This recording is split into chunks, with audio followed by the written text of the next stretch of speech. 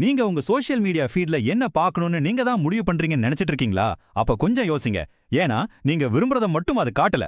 அதுக்கும் மேல உங்களுக்கே தெரியாம ஒரு பெரிய விஷயம் நடந்துட்டு இருக்கு. யோசிச்சு பாருங்க, நீங்க ஸ்க்ரோல் பண்ணும்போது உங்க ஃபோன் உங்களுக்கு என்ன கத்துக் கொடுக்குது? ஆமா, நீங்க எதை வாங்கணும், எப்படி வாழணும்னு நினைக்கிறீங்க இல்லையா? அந்த ஆசைகள் கூட உங்களுடையதெல்லாம் இருக்கலாம். அது உங்களுக்கு தெரியாமலேயே உங்க மனசுல விதைக்கப்படுது. இன்னும் ஒருபடி மேல போய் பார்த்தா உங்களுடைய கருத்துக்கள், உங்க சிந்தனைகள் இது எல்லாமே மெதுவா செதுக்கப்படுதுன்னு நம்புவீங்களா? கடைசியா ரொம்பவே முக்கியமான ஒரு கேள்வி. நீங்க யாரு? உங்க அடையாளம் என்ன? இதையும் கூட இந்த தளங்கள் தீர்மானிக்க முடியும்னா இதுதான் அதோட உச்சகட்ட செல்வாக்கு. சரி, இது எப்படி நடக்குதுன்னு பாப்போம். சோஷியல் மீடியா உங்களுக்கு நேரடியா எந்த கட்டளையும் போடாது. ஆனா ரொம்ப சைலண்டா உங்க நடத்தைய அதுக்கேத்த மாதிரி வடிவமைக்கும்.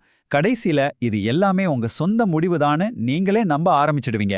அது எப்படி வேலை செய்யுதுன்னு இப்ப பார்க்கலாம் வாங்க. முதல் வழி இதுதான். ஒரு விஷயத்த திரும்ப திரும்ப பார்க்கறதும் மத்தவங்க அதை ஏத்துக்கிறத பார்க்கறதும், இது ரெண்டும் சேர்ந்து எப்படி நம்ம யதார்த்தத்தையே உருவாக்குதுன்னு இந்த பகுதியில பார்க்கலாம். நம்ம மூளைக்கு ஒரு குணம் இருக்கு. அது என்னன்னா, அதுக்கு நல்ல பழக்கமான விஷயங்களை அது ரொம்ப சுலபமா நம்பிடும். இங்க பாருங்க, முதல்ல ஒரு புதிய விஷயம் உங்க கண்ணுல படுது, அப்புறம் அதுவே திரும்ப திரும்ப வருது. போக போக அது உங்களுக்கு நல்ல பரிச்சயமாகிடுது. கடைசியில அது ஒரு சாதாரண இயல்பான விஷயமா மாறிடுது. இந்த 4 படிகளையும் சோஷியல் மீடியா ரொம்ப சூப்பரா பயன்படுத்துது. இப்போ இந்த ஸ்லைட்ல இருக்கிறது ரொம்பவே சுவாரஸ்யமான ஒண்ணு. லைக்ஸ். அது வெறும் நம்பர்ஸ் கிடையாது. அது நம்ம மூளைக்கு போற ஒரு பவர்ஃபுல் சிக்னல். ஒவ்வொரு லைக்கும் உங்களுக்கு ஒரு அங்கீகார உணர்வை கொடுக்குது. ஒவ்வொரு பாசிட்டிவ் கமெண்ட்டும் ஒரு பாதுகாப்பு உணர்வை தருது. போக போக அந்த குழுவோட அங்கீகாரத்தை பெறறதுக்காக நீங்க என்ன பேசணும், எதை பகிரணும், ஏன் என்ன யோசிக்கணும்னு கூட உங்களுக்கு தெரியாமலேயே நீங்க உங்களை மாத்திக்க ஆரம்பிப்பீங்க. அடுத்தது 2வது பெரிய சக்தி, அல்கோரிதம்ஸ். இது நீங்க என்ன பார்க்கணும்னு மட்டும் முடிவு பண்றதில்ல, உங்க அடையாளத்தையே வடிவமைக்கிறதுல ஒரு முக்கியமான பங்கு வகிக்குது. ஒரு சின்ன உதாரணம் பார்க்கலாம். நீங்க உங்க ஃபீட ஸ்க்ரோல் பண்ணிட்டே போறீங்க.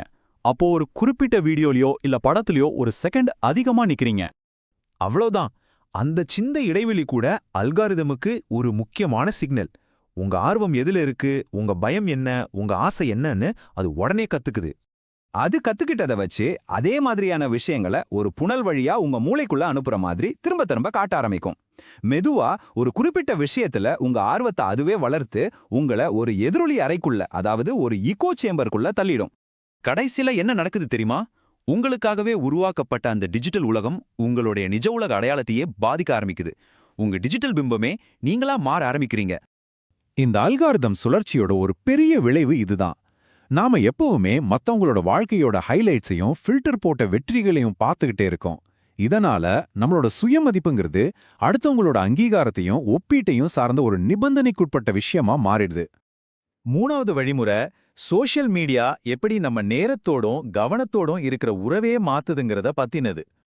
இந்த மேற்கோள் விஷயத்த ரொம்ப தெளிவா சொல்லுது. அதாவது, நமக்கு எது முக்கியம்னு நாம தேர்ந்தெடுத்து செயல்படுறது நிறுத்திட்டு நம்ம ஸ்கிரீன்ல என்ன வருதோ அதுக்கு எதிர்வினையாற்ற ஆரம்பிக்கிறோம்.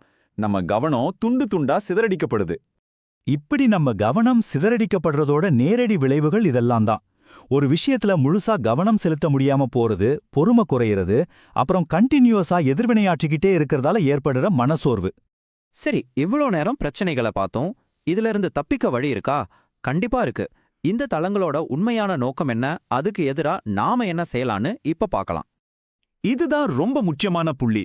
சோஷியல் மீடியாவோட உண்மையான சக்தி உங்களை கட்டுப்படுத்துறதுல இல்ல, சில நம்பிக்கைகள், சில வாழ்க்கை முறைகள், சில யோசனைகளை ரொம்ப இயல்பானது, தவிர்க்க முடியாதது போல உணர வைக்கிறதுல தான் இருக்கு.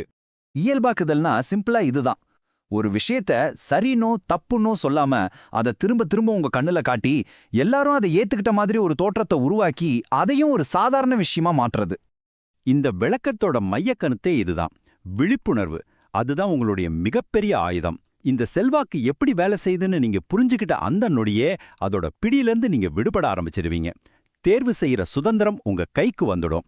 நீங்க சோஷியல் மீடியாவை முழுசா நிராகரிக்கணும்னு அவசியமே இல்ல. ஆனா அது எப்படி உங்களை பாதிக்குதுன்னு நீங்க விழிப்புணர்வோட இருந்தாலே போதும். அந்த விழிப்புணர்வு தான் உண்மையான சுதந்திரம். இந்த பகுப்பாய்வு உங்களை சிந்திக்க வச்சிருந்தா இதுக்கு ஒரு லைக் கொடுங்க. உங்க எண்ணங்களை கமெண்ட்ல சொல்லுங்க. மேலும் இது போன்ற உள்ளடக்கத்திற்கு மறக்காம சப்ஸ்கிரைப் பண்ணுங்க. ஏன்னா இந்த மறைமுக செல்வாக்க நீங்க எந்த அளவுக்கு புரிஞ்சுக்கிறீங்களோ அந்த அளவுக்கு அது உங்க மேல இருக்கிற சக்தியை இழக்கும்.